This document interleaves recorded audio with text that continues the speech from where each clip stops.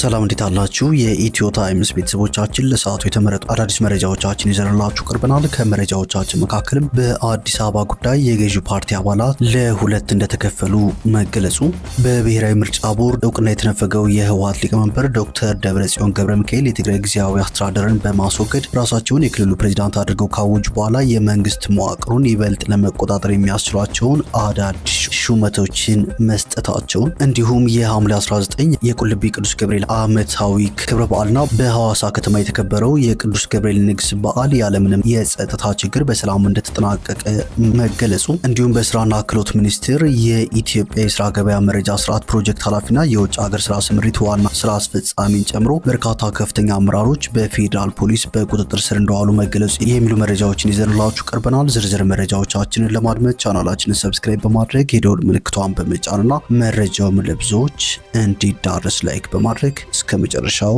አብራችሁን ቆዩ። የንግድ ማዕከል ወይስ አፓርትመንት ቤቶችን? ሰላም፣ ሰመር ሪልስቴቶች ነን።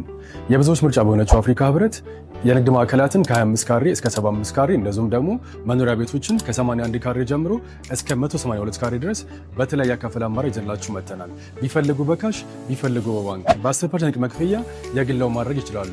ከዚህም በተጨማሪ ከ13% እስከ 25% ልዩ ቅናሽም አዘጋጅተናል። ምን ይሄ ብቻ! ቀድሞ ለሚመጡ 10 ደንበኞች በካሬ እስከ 10 ሺህ ብር ቅናሽ አድርገንልዎታል። ለበለጠ መረጃና ዝርዝር መረጃዎችን ለማግኘት ከስር ባለው ስልክ ይደውልን። ሰመር ሪል ስቴት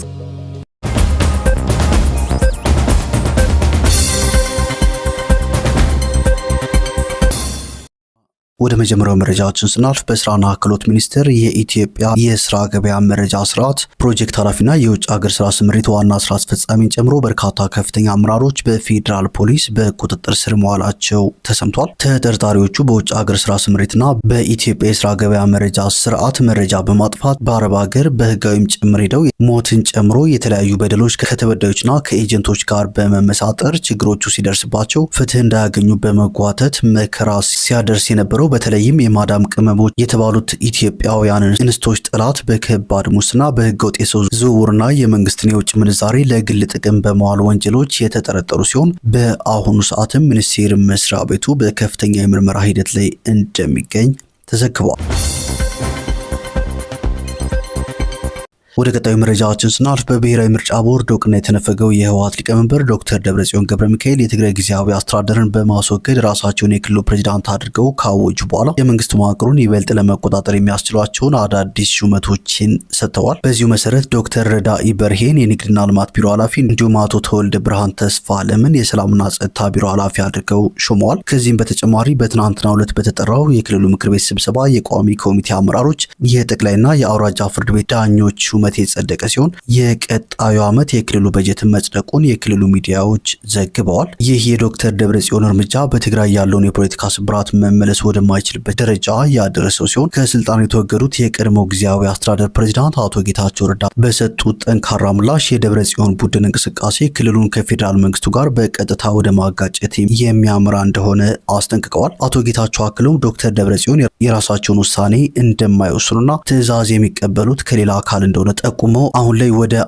አቅጣጫ መንገድ መመረቃቸው ከሻቢያ ወይም ከኤርትራ መንግስት ጋር ግንኙነት እያደረጉ መሆናቸውን የሚያረጋግጥ ነው ሲሉ ከባድ የደህንነት ክስ ሰንዝረዋል ሲል ዛብሻ ዘግቧል። ከዚህም ባሻገር አቶ ጌታቸው በትግርኛ ቋንቋ ባሰራጩት ጽሁፍ ዶክተር ደብረጽዮንን በክፉ ቀን በትግራይ ትከሻ ላይ የተወረወረ እርግማን ሲሉ በከፍተኛ ሁኔታ መኮንናቸው መዘገቡ አይዘነጋም። የፖለቲካ አመራሩን ታሪካዊ ክሽፈት ለማሳየትም በሰኔ 2014 ዓ.ም ምዕራብ ትግራይን ለማጥቃት በተጠራው የኮማንድ ፖስት ስብሰባ ላይ የተፈጠረውን አስታውሰዋል። እንደ አቶ ጌታቸው ገለጻ በወቅቱ የትግራይ ሰራዊት ዘመቻ ኃላፊ የነበሩት ወዲ እምበይተይ የጥይት እጥረት መኖሩንና ስጋታቸውን ሲገልጹ ጥይት የማቅረብ ኃላፊነት የነበረበት የፖለቲካው አመራር በተለይም ዶክተር ደብረጽዮን መፍትሄ ከማምጣት ይልቅ ዝምታን መርጠዋል። በምትኩ ወይዘሮ ፈትለወርቅ ገብረ እግዚአብሔር ወይም ሞንጆሪኖ ጀነራሉን ፈርታችሁ ነው ወይ በማለት ሞራላቸውን የሚነካ ዘለፋ መሰንዘራቸውንና ሰራዊቱ ኃላፊነቱን ሲወጣ የፖለቲካ አመራሩ ግን ሚናውን እንዳልተወጣ አጋልጠዋል። በአጠቃላይም የትግራይ ክልል ፖለቲካ በአንድ በኩል ዶክተር ደብረጽዮን ክልሉን ሙሉ በሙሉ በእጃቸው ለማድረግ በሚያደርጉት እርምጃና በሌላ በኩል በአቶ ጌታቸው ረዳ በኩል በሚሰነዘሩ የውጭ ሀገር ወይም የኤርትራ ጣልቃ ገብነትና የእርግማን ክሶች ታጅቦ እጅግ ወደ ተወሳሰበና ፌዴራል መንግስቱን ጭምር ሊያሳትፍ ወደሚችል የፖለቲካ ቀውስ ውስጥ መግባቱን አዝማሚያዎች ያሳያሉ። ወደ ቀጣዩ መረጃችን ስናልፍ የሐምሌ 19 የቁልቢ ቅዱስ ገብርኤል ዓመታዊ የንግስ በዓል ሃይማኖታዊ ስርዓቱን በጠበቀ መልኩ ተከብሯል። በዓሉ በመቶ ሺዎች የሚቆጠሩ ከኢትዮጵያና ከውጭ የመጡ ምዕመናንና ጎብኚዎችን ያሳተፈ ሲሆን የበዓሉ ተካፋዮች በወንድማማችነት በአብሮነትና በሰላም ማክበራቸውን ገልጸዋል። የምስራቅ ሐረርጌ ዞን ፖሊስ በበኩሉ በተጠናከረ የጸጥታ ጥበቃ የታገዘው በዓል ያለምንም የጸጥታ ችግር በሰላም መጠናቀቁን ገልጿል። በበዓሉ አንድም የትራፊክ አደጋና የወንጀል ድርጊት እንዳልተከሰተም አመልክቷል። ይህ በእንዲህ እንዳለም በሐዋሳ ከተማ በየዓመቱ በታላቅ ድምቀት የሚከበረው የሐምሌ 19 የቅዱስ ገብርኤል ንግስ በዓል ያለምንም የጸጥታ ችግር በሰላም መጠናቀቁን የሐዋሳ ከተማ ፖሊስ መምሪያ አስታውቋል። ፖሊስ ከባለ ድርሻ አካላት ጋር በተደረገ ቅንጅታዊ ስራ በዓሉ በሰላም እንዲጠናቀቅ መደረጉን ገልጾ በበዓሉ ሰዓት በስርቆት የተጠረጠሩ 4 ግለሰቦች ከ2 ዓመት ቀላል እስራት እስከ 3 ዓመት ከ3 ወር ጽኑ እስራት መቀጣታቸውን ገልጿል። መምሪያው ለበዓሉ በሰላም መጠናቀቅ አስተዋጽኦ ላበረከቱ የጸጥታ ኃይሎች፣ የከተማው ነዋሪዎችና በጎ ፈቃደኛ ወጣቶችም ምስጋናውን አቅርበዋል። ወደ ቀጣዩ መረጃዎችን ስናልፍ በአዲስ አበባ ጉዳይ የገዢው ፓርቲ አባላት ለሁለት ተከፍለዋል። የኢትዮጵያ ሀገራዊ ምክክር ጉባኤ በ11ኛ ቀን ውሎ በንዑስ ቡድን ደረጃ ሲደረጉ የነበሩ ምክክሮችን ማጠናቀቁን ሀገራዊ ምክክር ኮሚሽን አስታውቋል። በንዑስ ቡድኖች ውስጥ በሚገኙና 10 አባላት ባሏቸው ጥቃቅን ቡድኖች መሪ ጥያቄዎችን መሰረት በማድረግ የተዘጋጁ ሰነዶች ለየንዑስ ቡድኖች ቀርበው ውይይት የተደረገባቸው መሆኑን የገለጹ ምንጮች ንዑስ ቡድኖች የጥቃቅን ቡድኖችን ሰነድ በማቀናጀት በንዑስ ቡድን ደረጃ መሪ ጥያቄዎችን መሰረት ያደረገ ሰነድ እንዲያዘጋጁ መደረጉን ጠቁመዋል። ጉባኤው ሐምሌ 19 ቀን 2018 ዓ.ም እረፍት ካደረገ በኋላ ሰኞ ሐምሌ 20 ቀን 250 አባላት ባሉት ስልታዊ ቡድኖች ደረጃ ምክክር ማድረግ እንደሚጀምር ተገልጿል። 5 ንዑስ ቡድኖችን የሚይዘው ስልታዊ ቡድንም ተመሳሳዩን ሰነድ እንደሚያዘጋጅ የሚጠበቅ ሲሆን አንድ የርዕሰ ጉዳይ ተመካካሪ ቡድን የሚያዋቅሩት 2 ስልታዊ ቡድኖች የሚያቀርባቸው ሰነዶች በስራ ቡድን ደረጃ የሚቀርበውን ምክረ ሀሳብ ለማዘጋጀት በጥቅም ላይ እንደሚውሉ ኮሚሽኑ ለተመካካሪዎች ያቀረበውና ዋዜማ ተመለከትኩት ያለው የስራ ቡድን የምክክር ስልት ሰነድ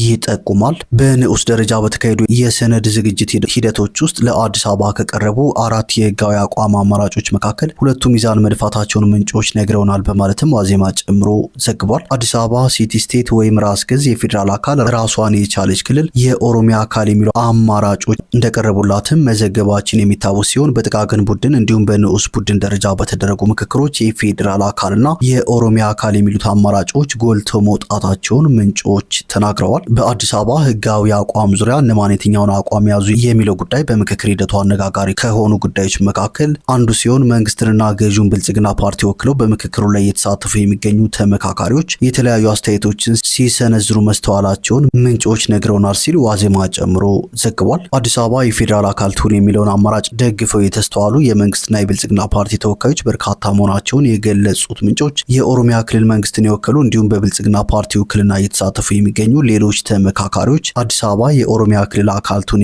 የሚለውን አማራጭ በጽኑ ደግፈው መስተዋላቸውንም ጠቁመዋል።